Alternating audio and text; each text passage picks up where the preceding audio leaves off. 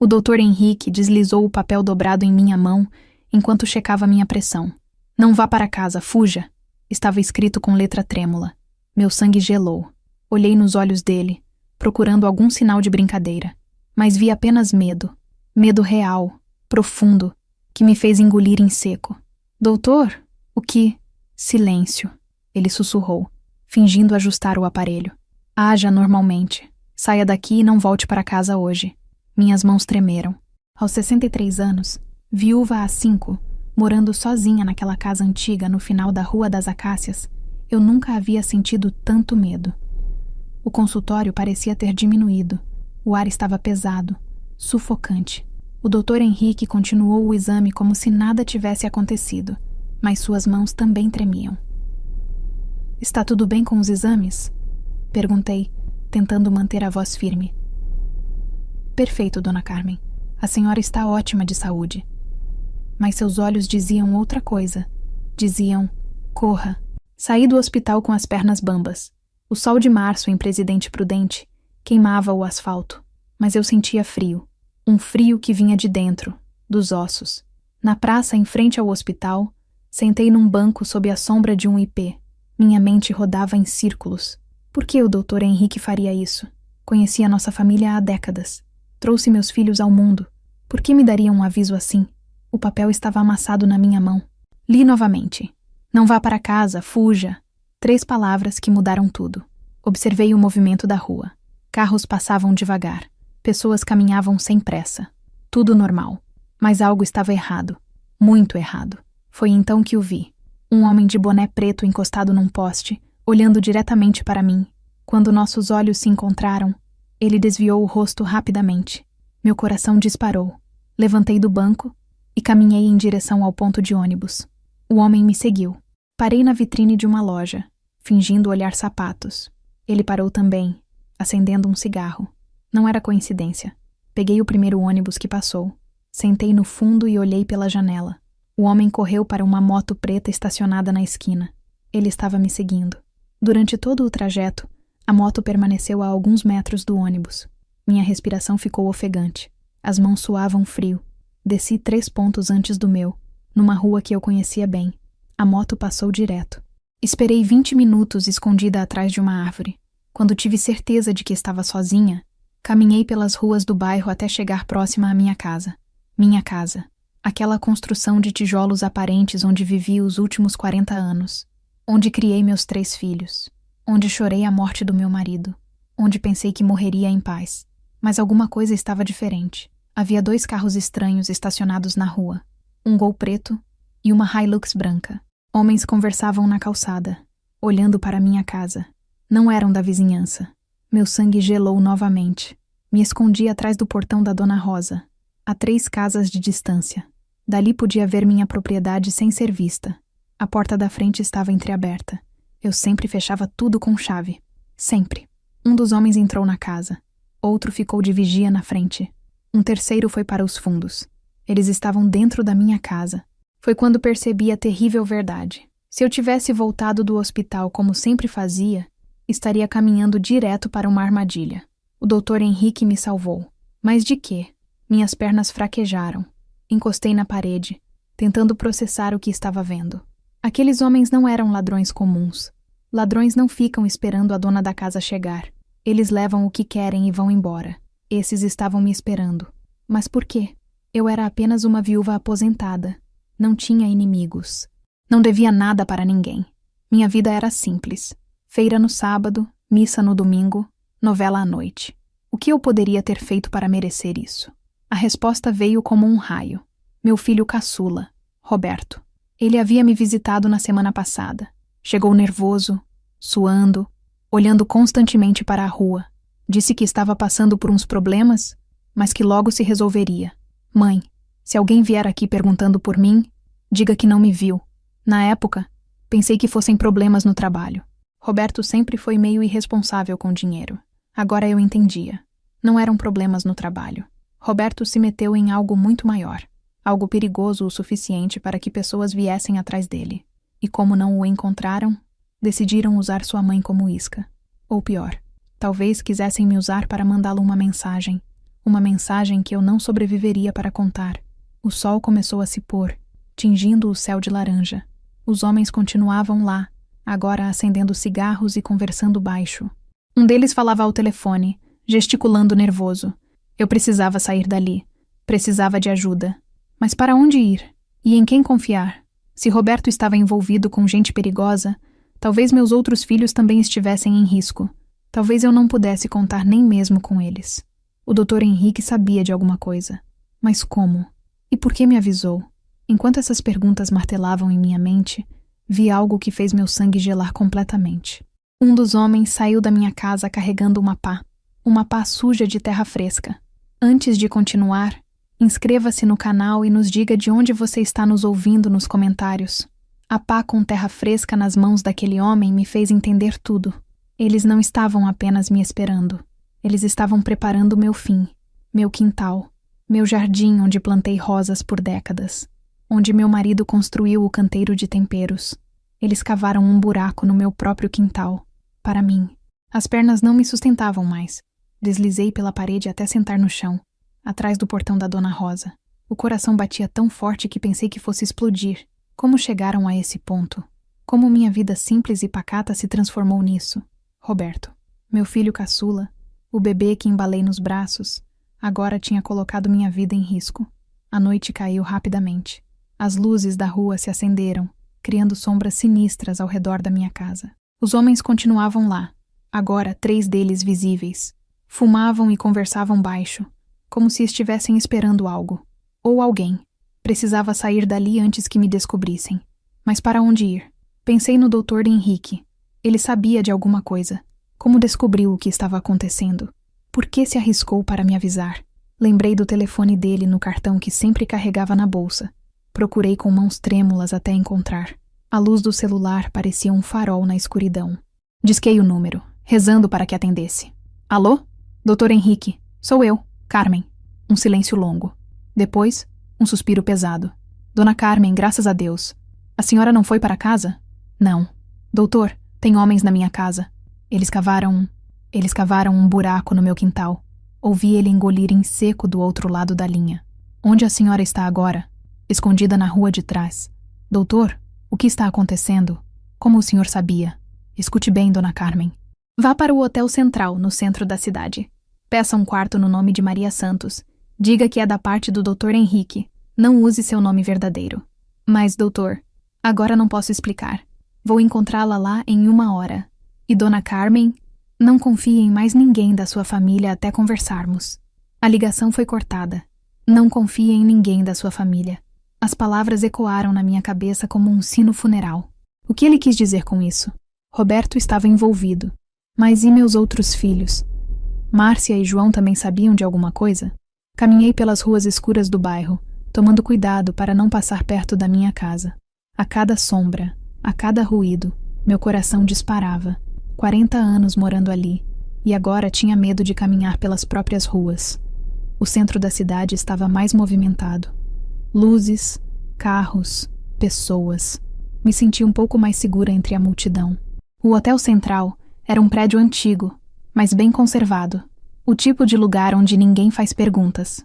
Boa noite. Gostaria de um quarto. Nome? Maria Santos. É da parte do Dr. Henrique. O recepcionista, um rapaz jovem de óculos, assentiu sem questionar. Pegou uma chave e me entregou. Quarto 204. Segundo andar. O quarto era simples, mas limpo. Sentei na cama e, pela primeira vez desde que recebi o bilhete, permiti que as lágrimas viessem. Chorei por minha casa, pelo meu jardim, pela minha vida tranquila que havia sido destruída em questão de horas. Chorei por Roberto, pelo menino doce que se transformou em alguém capaz de colocar a própria mãe em perigo. Uma batida na porta me fez pular. Dona Carmen? Sou eu, Dr. Henrique. Abri a porta. Ele entrou rapidamente, olhando para os corredores antes de fechar. Doutor, pelo amor de Deus, me explique o que está acontecendo. Ele se sentou na cadeira em frente à cama. Parecia ter envelhecido 10 anos desde a tarde.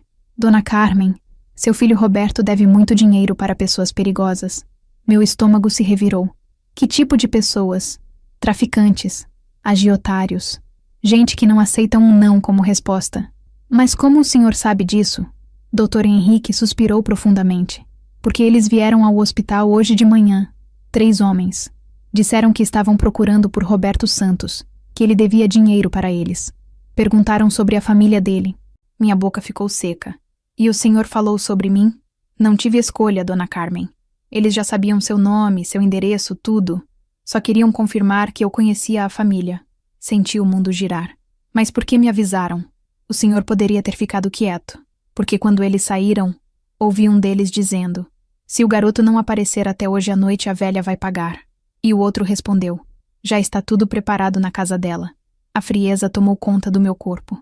Eles planejaram tudo. Sabiam que Roberto não apareceria, então decidiram usar sua mãe para mandá-lo uma mensagem definitiva. Doutor, eles vão me matar? Ele abaixou a cabeça. Era o plano, dona Carmen. Mas agora que a senhora desapareceu, eles vão saber que foram descobertos. E agora? O que eu faço? Não posso voltar para casa. Não posso confiar na minha própria família. Tem mais uma coisa, dona Carmen. O tom da voz dele me fez tremer. O quê? Quando eles estavam no hospital, mencionaram que tinham alguém de dentro ajudando. Alguém da sua família que passou informações sobre seus horários, seus hábitos. O sangue gelou nas minhas veias. Quem? Não sei, mas eles sabiam que a senhora sempre volta do hospital às 3 da tarde. Sabiam que fica sozinha em casa até o jantar. Sabiam coisas que só alguém muito próximo poderia saber. Minha mente correu, analisando cada conversa, cada visita dos últimos dias. Roberto sabia de meus horários. Márcia também. João sempre me ligava para saber se eu estava bem. Qual deles me traiu? Doutor, meus filhos. Eles podem estar em perigo também? Não sei, dona Carmen. Mas por enquanto a senhora é o alvo. Roberto deve ter fugido. Agora eles querem usar a senhora para forçá-lo a aparecer. E se ele não aparecer? Dr. Henrique me olhou com tristeza profunda. Então eles vão executar o plano. Que plano? Fazer a senhora desaparecer. E depois contar para Roberto que foi culpa dele. Senti náusea. A maldade daquelas pessoas era impensável. Usar uma mãe para torturar um filho. Destruir uma família inteira por causa de dívidas. Dona Carmen, a senhora precisa sair da cidade, hoje à noite. Para onde? Não tenho ninguém. Tenho uma prima em São Paulo? Tenho. Dona Lúcia. Mas faz anos que não nos falamos. Liga para ela. Inventa qualquer desculpa. Diz que quer fazer uma visita surpresa. Peguei o telefone com mãos trêmulas. Lúcia sempre foi carinhosa comigo, mesmo com a distância dos anos. Lúcia, sou eu, Carmen. Carmen, que surpresa. Como você está? Bem, prima. Escuta, estou pensando em fazer uma viagem aí para São Paulo. Será que posso ficar uns dias na sua casa? Claro. Quando você quer vir? Hoje à noite, se for possível. Um silêncio. Hoje? Carmen, aconteceu alguma coisa? Não. É que estou me sentindo muito sozinha aqui. Preciso de uma mudança de ares. Tudo bem. Vem sim. Você sabe o endereço? Sei. Obrigada, Lúcia. Você está me salvando. Quando desliguei, Dr. Henrique já estava de pé. Vou levar a senhora até a rodoviária. Tem ônibus para São Paulo às 10 da noite. E depois? Depois a senhora fica lá até resolvermos isso. Como vamos resolver, doutor? Não sei, dona Carmen. Mas pelo menos a senhora estará viva para tentarmos. Saímos do hotel pelos fundos. O Dr. Henrique olhava constantemente pelos retrovisores. Eu me encolhia no banco do passageiro, sentindo que cada esquina poderia ser a última. Na rodoviária, ele comprou minha passagem e me acompanhou até a plataforma. Dona Carmen, não conte para ninguém onde está, nem para seus filhos, até descobrirmos quem passou as informações. E se eles descobrirem que fugi? Vão descobrir, mas pelo menos vão saber que a senhora está sob proteção. Que proteção? Ele me entregou um cartão. Esse é o número de um delegado amigo meu. Se acontecer alguma coisa, liga para ele. O ônibus chegou. Antes de subir, me virei para Dr. Henrique. Doutor, por que fez isso por mim? Porque sua família não merecia o que ia acontecer. E porque às vezes a gente precisa fazer o que é certo, mesmo correndo risco. Enquanto o ônibus saía de Presidente Prudente, olhei pela janela e vi minha cidade se afastando. Talvez fosse a última vez. E me perguntei, quando a poeira baixar, eu ainda vou ter uma família para voltar? São Paulo me recebeu com chuva fina e o cheiro de fumaça dos ônibus. Eram quase 2 da manhã quando cheguei na casa da prima Lúcia, no bairro do Tatuapé. Ela me esperava acordada, de hobby e chinelos, com uma xícara de café quente. Carmen, você está com cara de quem viu fantasma. Se ela soubesse. É cansaço da viagem, prima. Lúcia me instalou no quarto de hóspedes.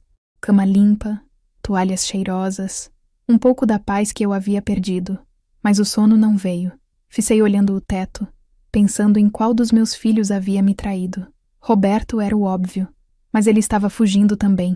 Por que prejudicaria a própria mãe? Márcia sempre foi cuidadosa, responsável.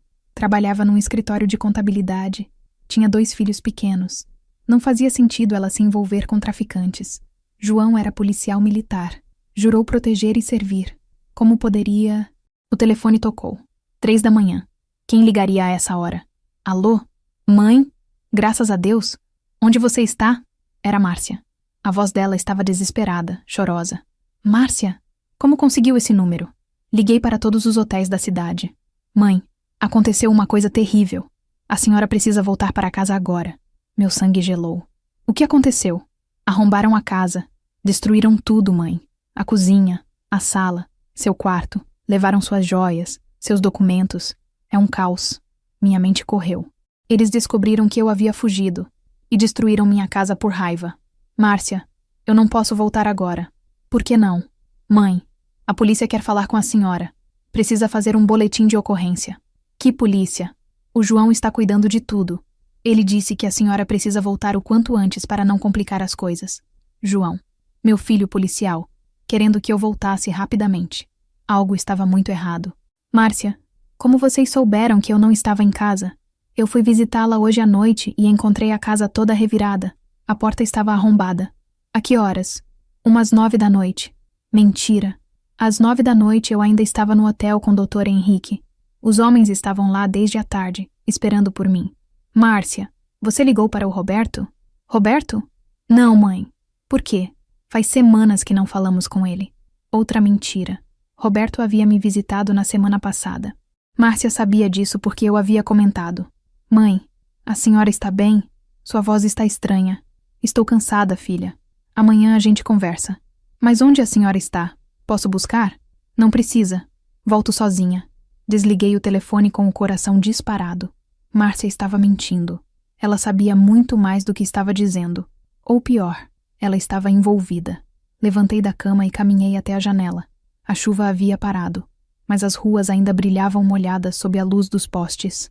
São Paulo nunca dormia completamente, assim como minha mente. Pensei na conversa. Márcia sabia que eu não estava em casa às 9 da noite. Como? A única explicação era que ela sabia que eu não voltaria do hospital, porque ela havia passado as informações. Minha própria filha. A dor no peito era física, como se alguém tivesse arrancado meu coração com as mãos. A menina que eu criei, que chorou nos meus braços quando o pai morreu, que me ligava todo domingo para saber se eu estava bem. Ela me entregou para morrer. Mas por quê? O telefone tocou novamente. Número desconhecido. Alô? Carmen?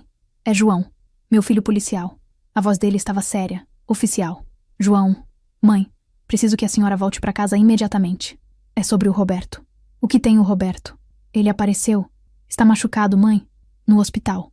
Pedindo por você. Meu mundo desabou novamente. Roberto estava ferido? Como?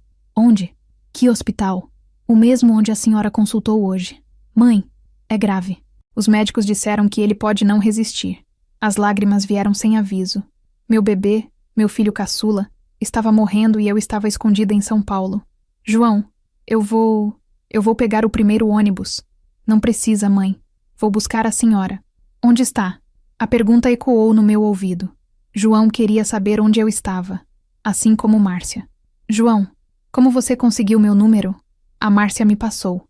Mãe, não temos tempo para isso. Roberto está pedindo por você. Pode ser que... A voz dele falhou. Pode ser que seja a última vez. Cada palavra era uma facada no meu coração.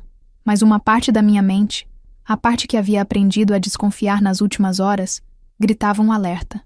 João, que tipo de ferimento o Roberto tem? Levou um tiro, mãe, no peito. Quem atirou? Não sabemos ainda. Ele estava inconsciente quando chegou. E como vocês souberam que era grave o suficiente para me chamar? Silêncio do outro lado. João, mãe, por favor, pare de fazer perguntas e venha logo. O tom dele havia mudado. Menos carinhoso, mais impaciente, quase ameaçador. Onde vocês estão agora? No hospital. Eu, a Márcia E algumas pessoas que estão ajudando a procurar quem fez isso com o Roberto. Algumas pessoas. Não a polícia. Algumas pessoas. João, você está de serviço? Não, mãe. Estou de folga. Mas conheço gente que pode ajudar. Minha mente clareou como se alguém tivesse acendido uma luz. João estava de folga, mas tinha pessoas ajudando. Márcia havia mentido sobre quando descobriu a casa arrombada. Roberto estava no hospital, depois de levar um tiro. Eles estavam trabalhando juntos. Meus 3 filhos haviam conspirado contra mim. João, vou ligar para o hospital para saber do estado do Roberto. Mãe, não adianta. Ele está na UTI. Não dão informação por telefone. Então vou ligar para o Dr. Henrique. Ele deve saber de alguma coisa. Outro silêncio longo. Mãe, o doutor. Henrique não pode ajudar. Por que não? Porque ele sofreu um acidente hoje à noite. Saiu da estrada na volta para casa. O telefone escorregou da minha mão. Dr. Henrique. O homem que me salvou. O único que se importou o suficiente para me avisar. Morto. João. Ele morreu? Está internado. Grave. Mãe, muita coisa aconteceu hoje. Por isso preciso que a senhora volte. Para a gente se proteger juntos. Se proteger juntos. Como uma família. Mas eu já não tinha mais uma família. João, eu vou voltar. Mas não hoje. Amanhã de manhã. Mãe, amanhã, João. Preciso de uma noite para processar tudo isso. Desliguei antes que ele pudesse insistir. Caminhei até o banheiro e olhei no espelho. A mulher que me olhava de volta havia envelhecido anos em um dia. Cabelos desarrumados, olhos vermelhos, rugas que não estavam lá de manhã. Mas seus olhos não eram mais os de uma vítima. Eram os olhos de alguém que finalmente entendia o jogo. Liguei para o hospital. Boa noite. Gostaria de saber sobre um paciente. Roberto Santos. Deu entrada hoje à noite. Um momento... Roberto Santos, você disse? Isso. Sinto muito, mas não temos nenhum paciente com esse nome. Desliguei o telefone e sorri pela primeira vez em horas. Roberto não estava no hospital. Provavelmente nem estava ferido. A história toda era mentira. Eles queriam me fazer voltar para terminar o que começaram. E meus próprios filhos estavam ajudando. Mas por quê? O que eu tinha feito para merecer isso? A resposta veio como um raio. A herança. Minha casa valia quase R$500 mil. O terreno era grande, bem localizado. Eu havia prometido dividir entre os 3 quando morresse. Mas talvez eles tenham decidido que não queriam esperar. O telefone tocou novamente. Dessa vez não atendi. Deixei tocar até parar. Depois tocou de novo. E de novo. Eles estavam desesperados, porque sabiam que eu havia descoberto. Sentei na cama e finalmente comecei a planejar minha vingança. Se meus filhos queriam me ver morta, eu ia dar a eles exatamente o que desejavam, mas não do jeito que esperavam. Peguei papel e caneta da mesa de cabeceira e comecei a escrever uma carta. Uma carta que mudaria tudo. Para quem interessar possa. Meu nome é Carmen Santos, e se vocês estão lendo isso, é porque meus filhos conseguiram o que queriam. Quando terminei de escrever, guardei a carta no envelope e escrevi do lado de fora. Entregar ao delegado Marcos Souza, apenas em caso de morte da senhora Carmen Santos. Eram 4 da manhã quando terminei tudo. Agora era hora de voltar para casa e enfrentar meus filhos. Mas primeiro, eu tinha uma parada a fazer. Uma parada que eles jamais esperariam. Às 6 da manhã, estava na porta do cartório mais antigo de São Paulo. O funcionário que me atendeu parecia sonolento, mas seus olhos se animaram quando viu os documentos que eu trouxe. A senhora quer fazer uma doação? De todo o patrimônio? Isso mesmo. Quero doar minha casa e todos os bens para a Associação de Proteção às Mulheres Vítimas de Violência Doméstica. Ele piscou algumas vezes. Tem certeza, dona Carmen? É uma decisão irreversível. Tenho absoluta certeza. Assinei todos os papéis com mãos firmes. Quando terminei, sorri para o funcionário. Meus filhos vão ter uma surpresa. A viagem de volta para Presidente Prudente durou 6 horas. 6 horas para planejar cada palavra, cada gesto, cada momento do que estava por vir. Liguei para João quando o ônibus estava chegando. Mãe, graças a Deus. Como está o Roberto? João, cheguei. Podem me buscar na rodoviária. Claro, mãe. A gente está indo. 20 minutos depois, vi o carro de João parar em frente à rodoviária. Ele saiu sozinho, com o uniforme da PM. Sorriu quando me viu, mas o sorriso não chegava aos olhos. Mãe, que susto você deu na gente. Me abraçou e por um momento quase acreditei que era meu filho de verdade. Quase. Cadê a Márcia? Ficou no hospital com o Roberto. Ele acordou hoje de manhã, perguntando por você. Mentira número 1. Durante o trajeto, João contou uma história elaborada sobre como Roberto havia se envolvido com pessoas erradas, como havia sido ameaçado e baleado, como a família estava se unindo para protegê-lo. Era uma performance impressionante. Se eu não soubesse a verdade, talvez acreditasse. João, você sabe quem são essas pessoas que ameaçaram o Roberto? Traficantes, mãe. Gente muito perigosa. Por isso destruíram a casa da senhora também, para nos intimidar. E você, como policial, não pode fazer nada? Posso, mãe. Estou investigando. Mas precisa ser discreto, sabe? Eles têm informantes na polícia também. Que conveniente. Chegamos ao hospital. João me acompanhou até o 3º andar, onde Márcia estava sentada numa cadeira de plástico, com os olhos vermelhos de chorar. Quando me viu, correu para me abraçar. Mãe, que bom que voltou. A atuação dela era ainda melhor que a do João. Cadê o Roberto? Está dormindo. Os médicos deram calmante para a dor. Posso vê-lo? Claro, mãe. Mas prepare-se. Ele está bem machucado. Márcia me levou até um quarto no final do corredor. Abriu a porta devagar. Roberto? A mamãe chegou. Entrei no quarto. Na cama, com curativos no peito e braços, estava meu filho caçula, pálido, com olheiras fundas, respirando devagar. Por um momento, meu coração se apertou. Talvez eu estivesse errada. Talvez ele realmente estivesse ferido. Até que ele abriu os olhos e me olhou. E eu vi. Vi o mesmo olhar que João tinha no carro. O mesmo que Márcia tinha no corredor. O olhar de quem estava representando. Mãe. A voz dele saiu fraca, rouca. Desculpa por tudo isso. Me aproximei da cama. Roberto, filho, quem fez isso com você? Foram os caras para quem eu devo dinheiro. Disseram que se eu não pagar, vão atrás da família toda. Mais mentiras. Quanto você deve, filho? Muito, mãe. Muito dinheiro. Quanto? Ele olhou para Márcia, que estava na porta com João.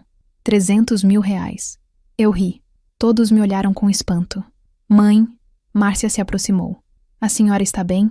Estou ótima, filha. Nunca estive melhor. Sentei na cadeira ao lado da cama de Roberto. Filhos, vocês sabem quanto vale minha casa? Os 3 se entreolharam. Mãe, por que está perguntando isso? João fechou a porta do quarto. Curiosidade.